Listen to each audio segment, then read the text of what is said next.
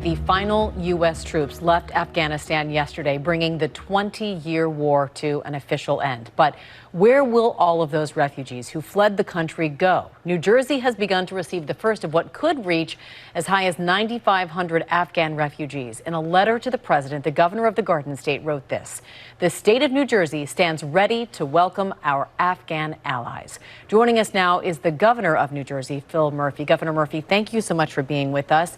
Tell us about what went into that letter and what the plan is to do with those potentially thousands of Afghan refugees headed to your state.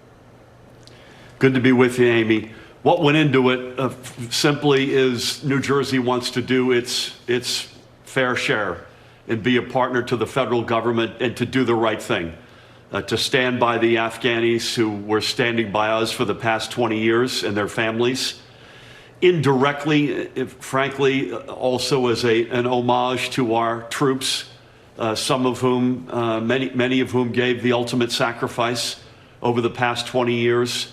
And that's what went into our raising our hand.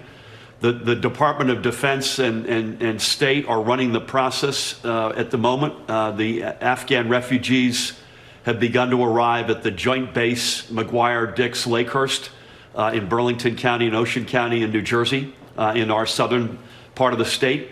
As you rightfully point out, the number is expected to grow meaningfully.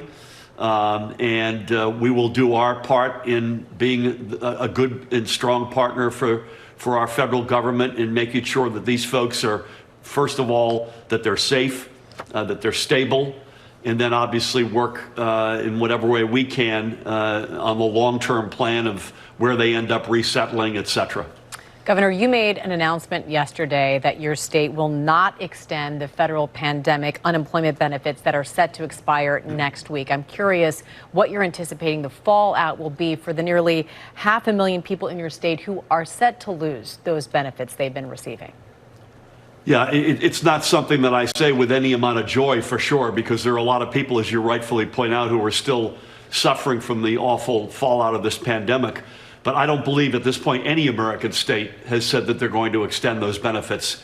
At least in New Jersey, it is also a prohibitive price tag, $1 billion to $1.5 billion per month. I also think it's a mistake as a nation to have a patchwork quilt. This is something that I think if there's consideration to be given, I think it needs to be given at the federal level. In the meantime, we'll continue to do everything we can for those who are unemployed, the small businesses that employ them. We've put $30-odd billion on the street for unemployment benefits. We'll put a ton of money into the small business community, and we'll continue to do both. And Governor Murphy, give us a sense of what it's like there in your state right now in the state of New Jersey with this Delta variant. How are you faring right now in this new surge? Yeah, it's a great question because it's not as good as it was in May, but I don't think I'd trade our hand with any other state right now in America. I think we have the lowest percent of ICU beds COVID occupied of any American state, but we do have over 1,000 folks in the hospital. My guess is it gets worse, Amy, before it gets better. I don't think it gets worse anywhere near what it got, please God, in the spring of last year. But we're going to stay all over it. We're a highly vaccinated state, one of the most highly vaccinated states in America. So we're going to be all over continuing to vaccinate people, get the booster shots when they become available, and do everything we can to keep it as safe as possible. And all of this big surge coming right at back to school time. And I know that all personnel in New Jersey schools must either be vaccinated by mid-October or agree to multiple testing. You've also mandated masks in schools, saying it is not a polite suggestion. What are you anticipating for this school year? I'm sure a lot of parents are concerned.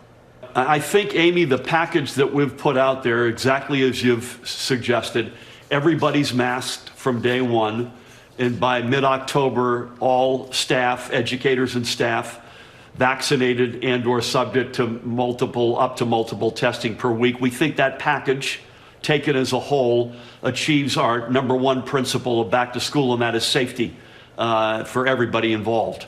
The second principle is we really need to be back in school in person Monday through Friday, because the fallout from the learning loss over the past year and a half has been significant. We have the #1 public education system in America. But even within that context, the learning loss has been overwhelming. So we got to safely get back in class together, but be back in person Monday through Friday. And that's our objective, and that's how we're going to start the school year. Well, we know you are dealing with a lot. Your plate is full, so we certainly appreciate your time being on the show today. New Jersey Governor Phil Murphy, thank you so much. Thank you, Amy, for having me.